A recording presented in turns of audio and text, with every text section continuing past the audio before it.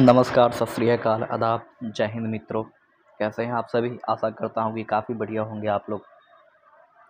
हमारा ये जो सीरीज़ चल रहा है, ये एनसीईआरटी का सीरीज़ चला रहे हैं। इसमें एक-एक करके कई सारे टॉपिक आपको मिलेंगे, जिसमें 2 वीडियो ऑलरेडी डाले जा चुके हैं। अगर आप लोग पिछला वीडियो नहीं देखे हैं तो पहले उसको जाकर देख लेंगे, क्योंकि इसमें हम लोग एक समझिए तो शुरू से बेस को लेके आगे बढ़ रहे हैं। तो इसमें अगर आप शुरू से वीडियो देखते चलते हैं तो सबसे पहली बात तो आपको एक टाइमलाइन पता रहेगी और एनसीईआरटी की हर एक चैप्टर पता रहेगी। तो कोशिश करेंगे कि सारी वीडियो को शुरू से जड़ से देखने का प्रयास करेंगे। चलिए आइए हम लोग बिना समय गंवाए आगे बढ़ते हैं और क्वेश्चन पे ध्यान देते हैं। अगला जो हमारा चैप्टर है, ये जो हमारा ये क्लास 7 का है, ठीक है, एनसीईआरटी बुक से लिया गया। और इसका पहला जो अध्याय होगा, चैप्टर होगा, ठीक है, वो इस चैप्टर से होगा, 1000 वर्षों के दौरान हुए परिवर्तनों की पड़ताल। ठीक है, मतलब कि एक लंबे समय के बाद, ठीक, एक लंबे समय के बाद भारत में एक नई इतिहास शुरू हो रही थी। ठीक है, एंशिएंट हिस्ट्री ख़त्म होने के बाद, प्राचीन इतिहास ख़त्म होने के बाद तुरंत उसके बाद एक नया इतिहास का पन्ना भारत में खोला जा रहा था, जिसको मिडाइवल हिस्ट्री के नाम से जाना गया। ये मिडाइवल हिस्ट्री की शुरुआत जो है, ऐसा माना जाता है कि जब अरबी लोग भारत में आना शुरू किए तो वहाँ से लेकर, ठीक है, ये वहाँ से लेकर, ठीक है, ये अंग्रेज़ों के आने से पहले तक के काल को इतिहासकारों ने, ठीक है, इसको इन लोगों ने मिडाइवल हिस्ट्री, मध्यकालीन भारत के इतिहास के रूप में रखा था। ठीक है, इसी के बारे में अभी हम आगे पढ़ रहे हैं। ठीक, चलिए पहला क्वेश्चन है, खलीफाओं के प्रभुत्व को स्वीकार करने वाला कौन सा मुस्लिम समुदाय था?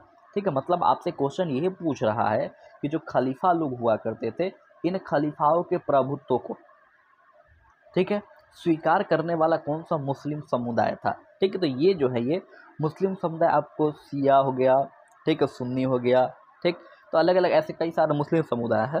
तो इसमें से ये शिया और सुन्नी का जो कंसेप्ट है, ये, ठीक है, ये अरब के क्षेत्रों से ही विकसित होता है। वहाँ से कुछ लोग हुए पैगंबर हजरत मोहम्मद को मानने वाले, कुछ लोग हुए अली को मानने वाले, ठीक है, कुछ लोग अलग अलग जो सल्तनत के लोग थे उनको मानने वाले हुए। तो उसी समय ये जो मुस्लिम संप्रदाय था, ठीक है, इसको मानने वाले 2 अलग अलग कम्युनिटी हुए, शिया और सुन्नी। काफ़ी सारे विवाद आप लोग देखते होंगे शिया और सुन्नी के बीच में। ये जो सुन्नी है, ठीक है, इसने पूर्ण रूप से पैगंबर हजरत मोहम्मद के जो भी मतलब उनका प्रभुत्व था, व्यवस्था था, साम्राज्य था, उस चीज़ को इसने चुपचाप एक्सेप्ट किया। ठीक है, तो यहाँ जो प्रभुत्व की बात किया जा रहा है वो इन सुन्नी के लिए किया जा रहा है। ठीक है, चलिए बाकी काम की चीज़ आपके लिए उससे ज़्यादा है नहीं, बस इतना याद रखेंगे कि पैगंबर हजरत मोहम्मद से जुड़े हुए जो लोग थे, ठीक है, सुन्नी कहलाए। ठीक है, मुख्य रूप से जो खलीफा हुआ करते थे, देखिए खलीफा हुए कौन, तो पैगंबर हजरत मोहम्मद के देहांत के बाद उनके उत्तराधिकारी के रूप में जो आया उसको खलीफा कहा गया। ठीक है, चलिए बस इतना याद रखेंगे, इससे ज़्यादा आपके लिए जरूरी है नहीं। दूसरा क्वेश्चन, शिवस्त लिपि कैसे लिखी जाती है? शिवस्त लिपि कैसे लिखी जाती है? ठीक है, देखिए शिवस्त लिपि की अगर हम बात करेंगे, ठीक, तो ये आपको याद रखना है कि शिवस्त लिपि जो लिखा जाता है वो दाएं से बाएं लिखा जाता है। ठीक है, कैसे? ऐसे। ठीक है, ये जैसे उर्दू आप लोग देखते होंगे, ठीक है, उर्दू जो लिखा जाता है, ठीक, जैसे देखिए हम ये उर्दू लिख रहे हैं, ठीक, इधर से, ठीक, गुलाम सरवर, ठीक है, तो ये जो दाएं से बाएं की तरफ जा रहा है यही शिवस्त लिपि है ये। ठीक है, कौन सा लिपि है? शिवस्त लिपि। तो जो अरबी लोग हुआ करते थे इस लिपि का प्रयोग भलीभांति करते थे। ठीक है, तो वहीं से ये लिपि भारत में आया। ठीक, चलिए बाकी भारत में भी इस तरह के कुछ लिपि पाए जाते थे, जैसे खरोष्टी लिपि। ठीक है, जैसे अशोक का कुछ अभिलेख मिला तो उसमें खरोष्टी लिपि का प्रयोग किया गया, वो भी दाएं से बाएं हुआ करता था। ठीक है, चलिए आशा करते हैं कि आपको समझ में आ रहा होगा। आइए अगले क्वेश्चन की तरफ चलते हैं। तीसरा क्वेश्चन, भारतीय उपमहाद्वीप, हाँ, भारतीय उपमहाद्वीप का मानचित्र कब बनाया गया? ठीक है, मतलब जो भारतीय उपमहाद्वीप है, इस उपमहाद्वीप का मानचित्र कब बनाया गया? ठीक, अब आपके पास ऑप्शन है 1153, ऑप्शन है 1154, ऑप्शन है 1151, ऑप्शन है 1156। आपको बताना है कि कब किया गया है। ठीक है, तो इसका भैया आंसर आप याद रखेंगे कि सन 1154 में ऐसा काम किया गया था। ठीक है, अब बात है कि ऐसा किया किसने था? ठीक है, ये 1154 में तो हमने आपको बता दिया कि भारतीय उपमहाद्वीप के मानचित्र को बनाया गया, लेकिन भैया इसको बनाने वाला व्यक्ति कौन था? तो इसको बनाने वाला जो व्यक्ति था उसका नाम आप याद रखेंगे। ठीक है, एक भूगोलवेत्ता थे, ज्योग्राफिस्ट थे, जिनका नाम था अल इदरीसी। ठीक है, क्या नाम था उनका? तो उनका नाम था अल इदरीसी। ठीक है, तो ये जो अल इदरीसी थे, ठीक है, इन्होंने भारत का ये जो भारतीय उपमहाद्वीप है, इस भारतीय उपमहाद्वीप का मानचित्र बनाया था। ठीक है, अब यहाँ से एक और बहुत ही बढ़िया सा क्वेश्चन पूछेगा आपसे कि भारतीय उपमहाद्वीप में कौन कौन शामिल है। देखिए, सबसे पहले ये आप याद रखिए कि कब बनाया गया, 1154 में बनाया गया। ठीक है, किसने बनाया था, तो अल इदरीसी ने बनाया था। ठीक, अब यहाँ से आपसे क्वेश्चन पूछे जाएंगे कि भारतीय जो उपमहाद्वीप है, ये भारतीय उपमहाद्वीप में कौन कौन से देश शामिल है। ठीक, तो जरा इन देशों को आप गौर से देख लेंगे और इनको याद रख लेंगे। यहाँ से भी क्वेश्चन बनते हैं कभी कभी, तो अगर बाय द वे यहाँ से क्वेश्चन फंसते हैं तो आप लोग आसानी से बना लीजिएगा। ठीक है, कौन कौन आएगा, तो सबसे पहले इसमें आप इधर श्रीलंका ले लीजिए। ठीक, श्रीलंका के बाद इधर आप आएंगे तो पाकिस्तान भी इसी में आता है। ठीक है, इधर एक चाइना को आप छोड़ दीजिएगा। ठीक, इधर जब आप आएंगे तो एक आप किसको छोड़ देंगे, तो आप ये वाला जो चीन का हिस्सा है, इस चीन को आप छोड़ दीजिएगा। ठीक है, क्योंकि चीन जो है इसमें नहीं आता है। ठीक, चीन के अलावा, ठीक है, तो बिल्कुल चीन के अलावा और आते हैं। अब चीन के अलावा कौन कौन आता है, तो यहाँ जो नेपाल है, इस नेपाल को आप याद रख लीजिएगा। यहाँ जो भूटान है, भूटान आता है। बांग्लादेश है, बांग्लादेश आता है। ठीक है, तो ये सब कंट्री जो है, ये कंट्री किस में आता है, तो भारतीय उपमहाद्वीप में आएगा। ठीक है, तो ये थोड़ी सी आप लोग याद रख लेंगे। ठीक है, बाकी वही, ठीक है, एक भूगोलवेत्ता थे जिनका नाम था अल इदरीसी। ठीक है, इन्होंने भारतीय उपमहाद्वीप की मानचित्र बनाया था। ठीक है, चलिए, अब अगर बाय द वे क्वेश्चन पूछ ले कि जो ये अल इदरीसी थे, ठीक है, ये अल इदरीसी जो थे, ये कहाँ के भूगोलवेत्ता थे। ठीक है, मतलब ये साइंटिस्ट थे तो कहाँ के थे ये। ठीक है, तो याद रखेंगे कि इनका जन्म जो है वो मोरक्को में हुआ था। ठीक है, मोरक्को में एक जगह था क्वेटा। ठीक है, इसी शहर में हुआ था। ठीक है, मोरक्को के क्वेटा शहर में जन्म हुआ था। किसका जन्म हुआ था, तो ये भूगोलवेत्ता अल इदरीसी का, जिसने भारतीय उपमहाद्वीप के मानचित्र बनाए। ठीक, तो इतनी जानकारी काफ़ी है इसके लिए। ठीक है, तो इतना आप कुल मिला के इस क्वेश्चन के लिए याद रख लीजिएगा। ठीक है, यहाँ से काफ़ी सारे बात आपको मिल जाएंगे। ठीक है, देखिए यही फर्क होता है भैया बाकी पढ़ने वाले लोगों में, ठीक है, और एनसीईआरटी पढ़ने वाले लोगों में यही फ़र्क होता है। क्योंकि एनसीईआरटी, अब जरा ही बताइए कि आप भारत में रहते हैं और भारत को एक उपमहाद्वीप कहा जाता है। ठीक है, तो भारत को उपमहाद्वीप क्यों कहा जाता है। ठीक है, और ये जो कहा है, किसने कहा है, इसको बनाया गया, भारत का मैप बनाया गया, इसमें पाकिस्तान को भी शामिल किया गया। ठीक है, हालांकि पाकिस्तान तो उस समय था ही, नेपाल भी था ही। ठीक है, उसको भी रखा गया, श्रीलंका को भी रखा गया। तो इस सब को ये भारतीय उपमहाद्वीप में शामिल किया, तो किसने किया। अब ईमानदारी से बताएंगे क्या कितने लोगों को पता था इससे पहले कि भारतीय उपमहाद्वीप जो है, ठीक है, इसको 1154 में बनाया था। और किसने बनाया था, तो इसको अल इदरीसी नाम के एक मोरक्को के भूगोलवेत्ता ने बनाया था।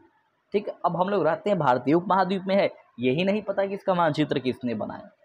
ठीक, तो इसीलिए एनसीईआरटी पढ़ना आपके लिए बहुत ज़रूरी है, क्योंकि एनसीईआरटी आपको एक बेस तैयार करके देगी, ऐसे ऐसे क्वेश्चनों से रूबरू करवाएगी जिस क्वेश्चन को आप पहले कभी नहीं सुने होंगे।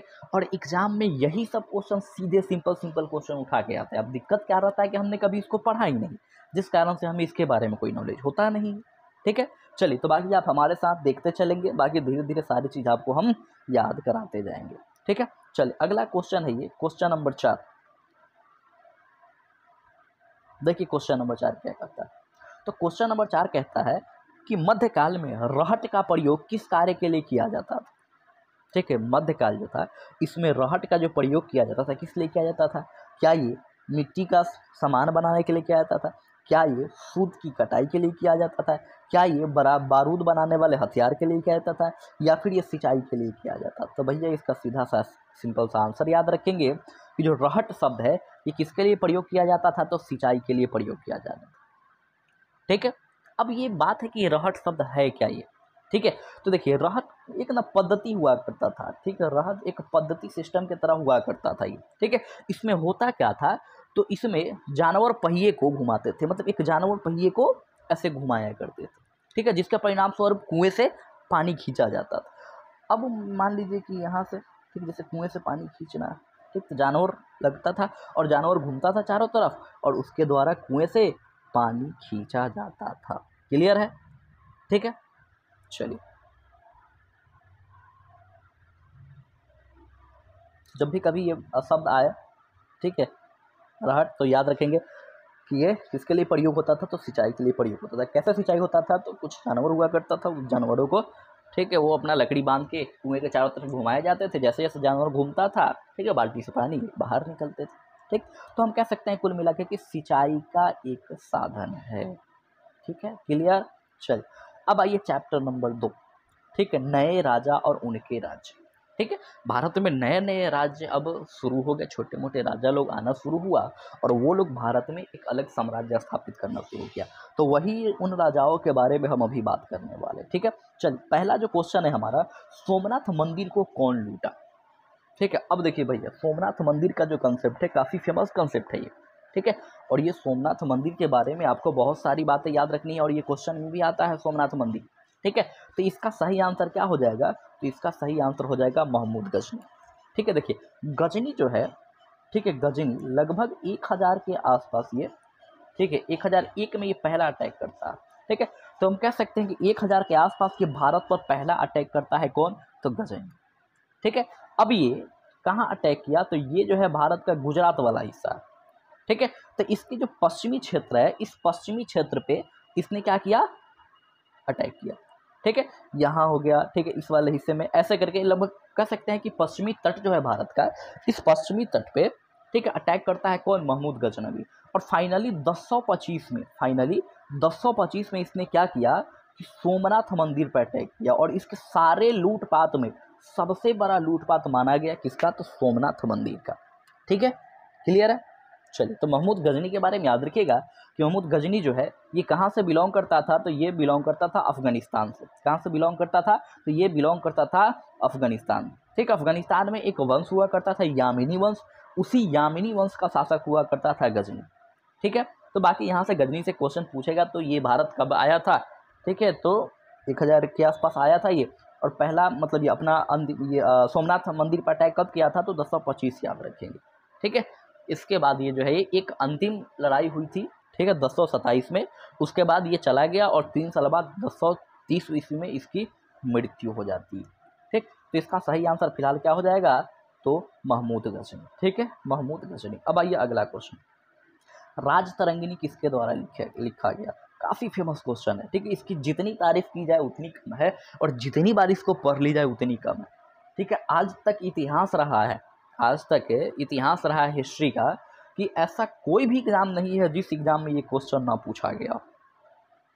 ठीक है, अगर आपको मेरे बातों पे भरोसा ना हो, आप एक बार प्रीवियस ईयर उठा के देख लेंगे, किसी भी एग्जाम का ऐसा कोई भी एग्जाम नहीं है जिसमें राज तरंगिणी ये कलहन वाला कंसेप्ट नहीं पूछा गया। ठीक है, तो भैया आप ऐसा समझिए कि इसको आप घोड़ के पी जाइए।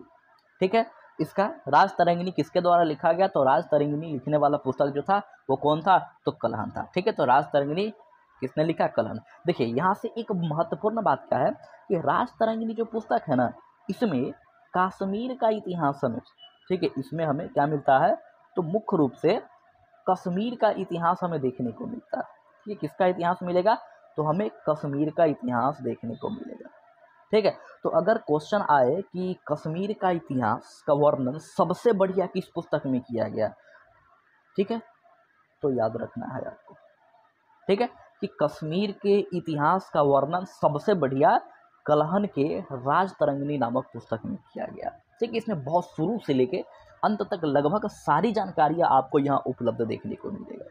ठीक है, मतलब ऐसा कह सकते हैं लगभग महाभारत काल से भी जानकारी यहाँ मिलते हैं, वहां से लेकर ठीक है जहां तक ठीक है ये चला उस लंबे समय तक आपको ये मिलेंगे इसके बारे में।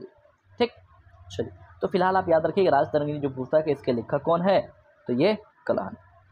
ठीक है, चलिए ये एक और पुस्तक है पृथ्वीराज रासो। ठीक है, ये जो पृथ्वीराज रासो पुस्तक है, ठीक ये है चंद्रबरदाई का लिखा हुआ।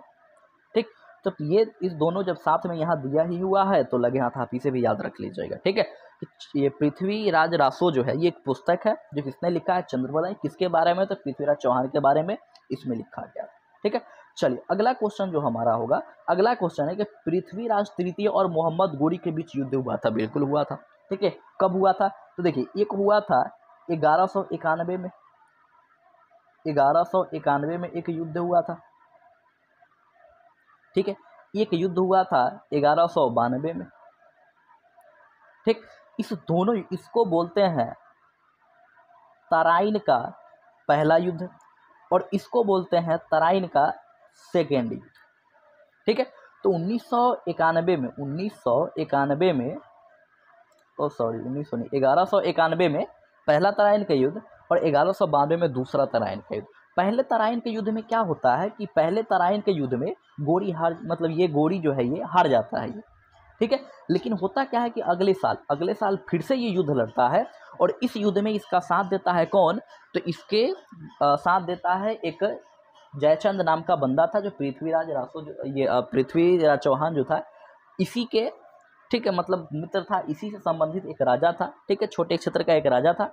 उस राजा ने साथ दे दिया इस बार किसका, तो मोहम्मद गोरी का। और मोहम्मद गोरी को, ठीक है, ये पृथ्वीराज रासो के सारे राज बता दिए, जिस कारण से ये पृथ्वीराज चौहान, ठीक है, वहाँ पर युद्ध हार गए और मोहम्मद गोरी युद्ध जीत गया।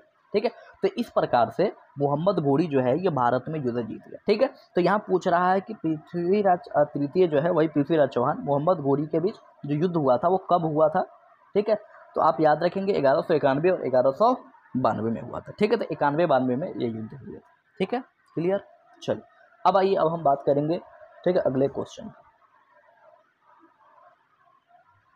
नंबर 4।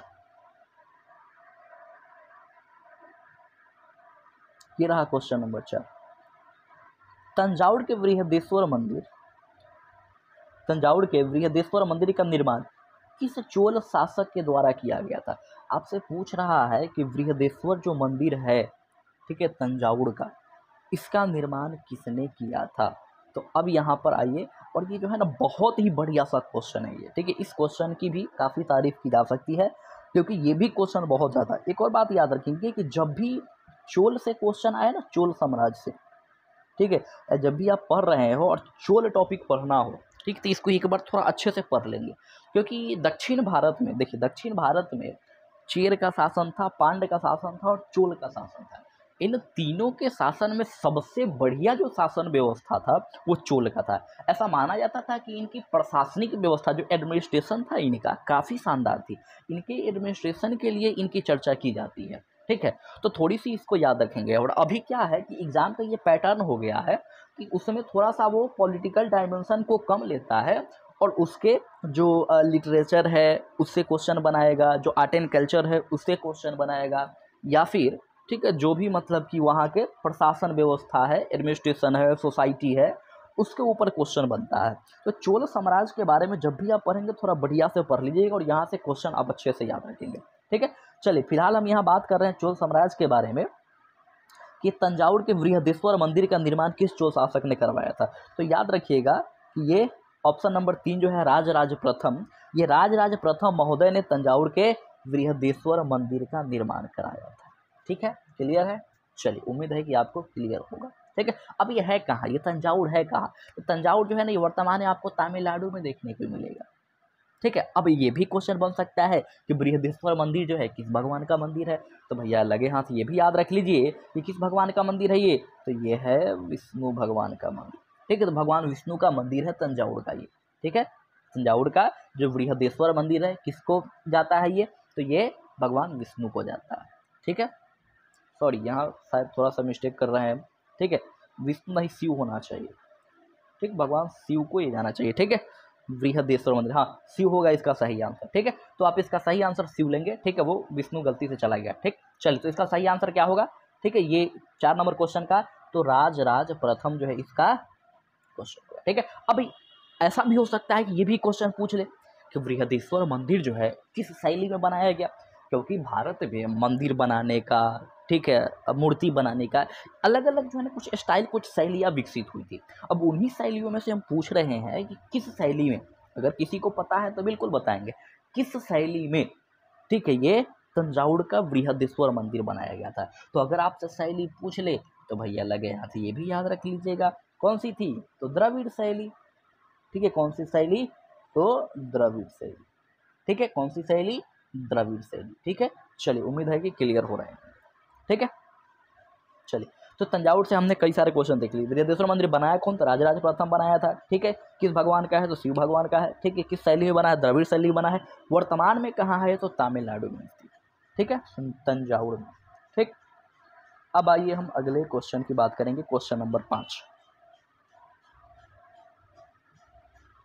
दक्कन के राष्ट्रकूट किसके सामंत थे? आपसे ये पूछ रहा है कि दक्कन का जो राष्ट्रकूट था ये किनके सामंत थे।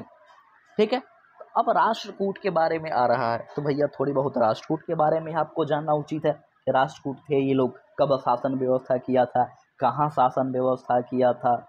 ठीक है, तो इसके बारे में भी थोड़ी सी आप लोग याद रखेंगे।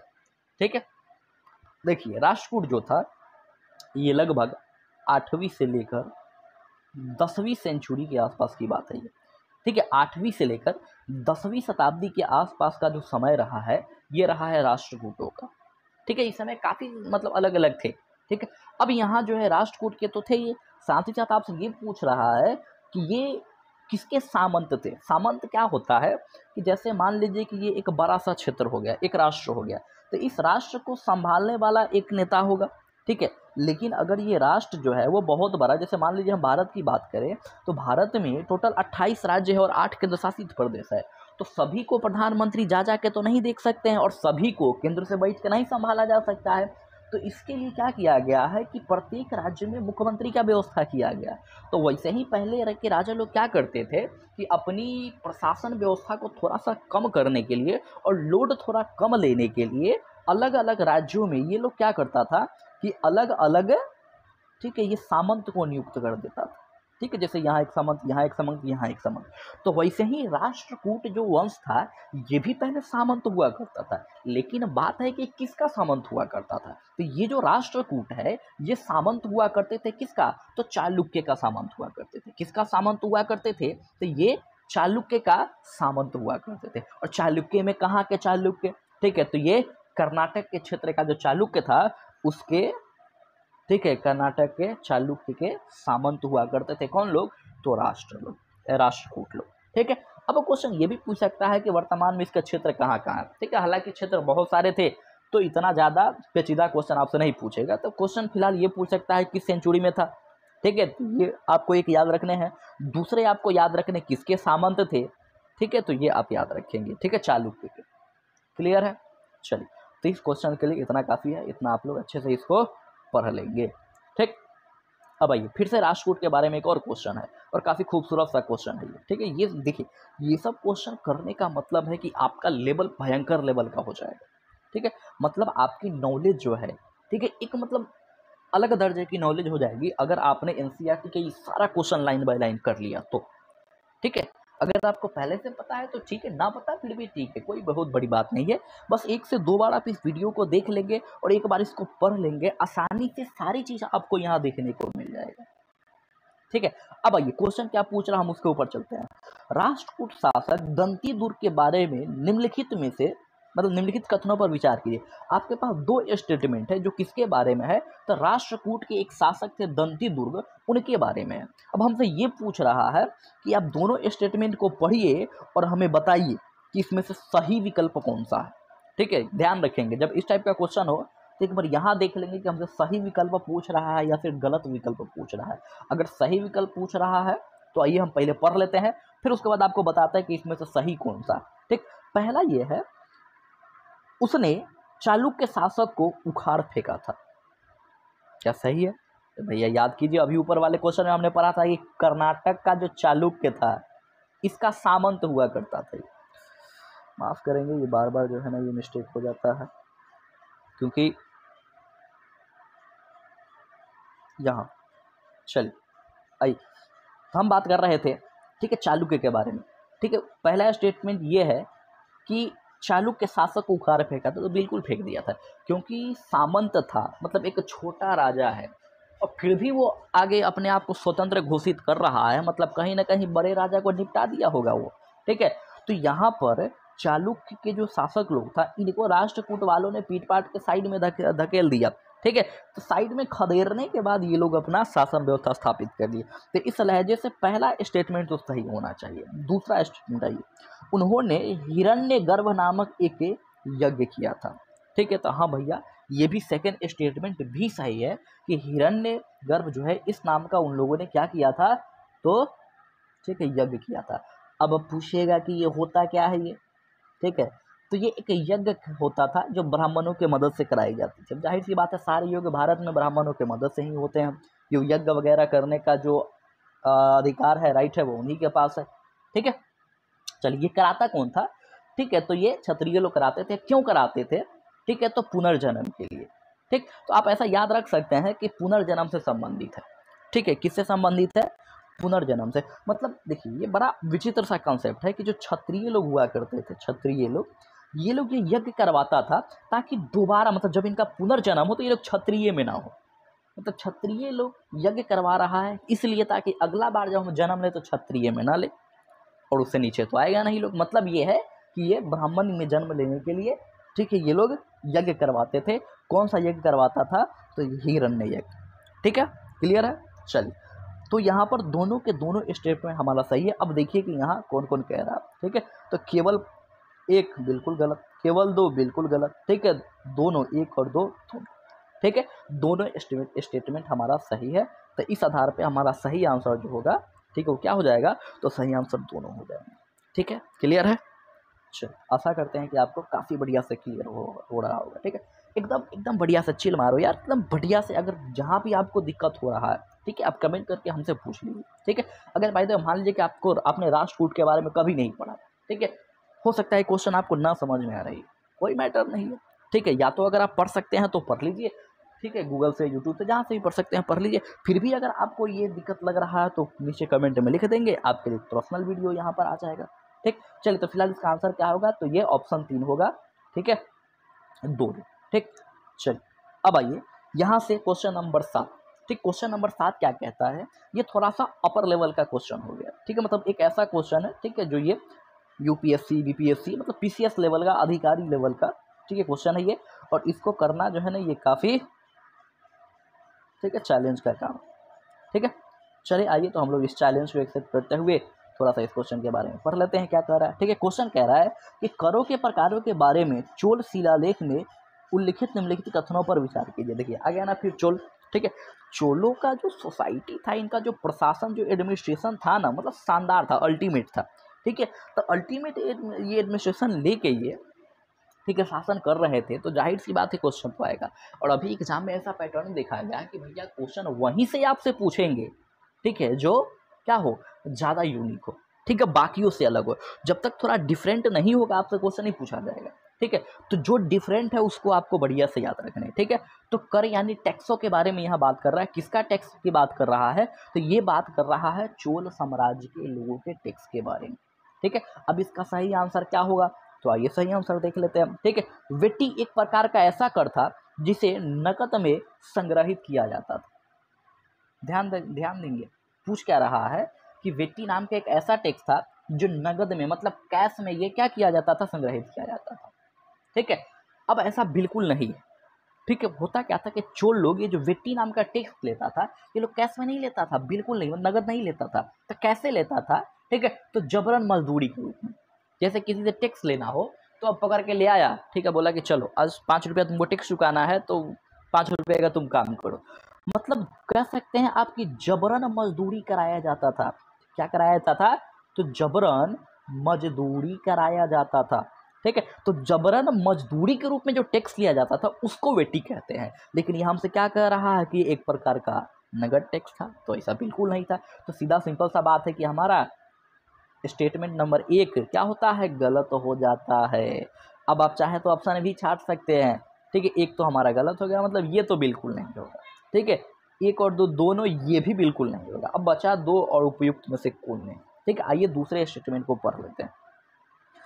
कदमई एक भू राजस्व था। ठीक है, कदमई एक भू राजस्व था, मतलब ये कह रहा है कि कदमई एक भू राजस्व अधिकारी हुआ करता था। तो हाँ भैया, बिल्कुल ये सही है। कदमई नाम का एक अधिकारी हुआ करता था, एक ऑफिसर हुआ करता था चोल के साम्राज्य में, जो क्या करता था? तो ये, ठीक है, टैक्स वसूलता था। किस पे टैक्स वसूलता था? तो भू राजस्व पे, जमीन पे, कृषि पे, एग्रीकल्चर पे जो टैक्स लिए जाते थे उसको कदमई कहा जाता था। ठीक है, मतलब यह है कि हमारा सेकेंड स्टेटमेंट सही होगा। तो कुल मिला के हम कह सकते हैं कि हमारा ऑप्शन 2 जो है, जिसमें केवल 2 की बात करता है, ये ऑप्शन सही हो जाएगा इसका। ठीक है, तो ये आपका सही है। हमारा सही आंसर क्या है? ऑप्शन 2। ठीक, चलिए, उम्मीद है कि आपको काफ़ी बढ़िया से समझ में आ रहा होगा। ठीक, अब आइए क्वेश्चन नंबर 8। त्रिपक्षीय संघर्ष के बारे में निम्नलिखित कथनों पर विचार कीजिए।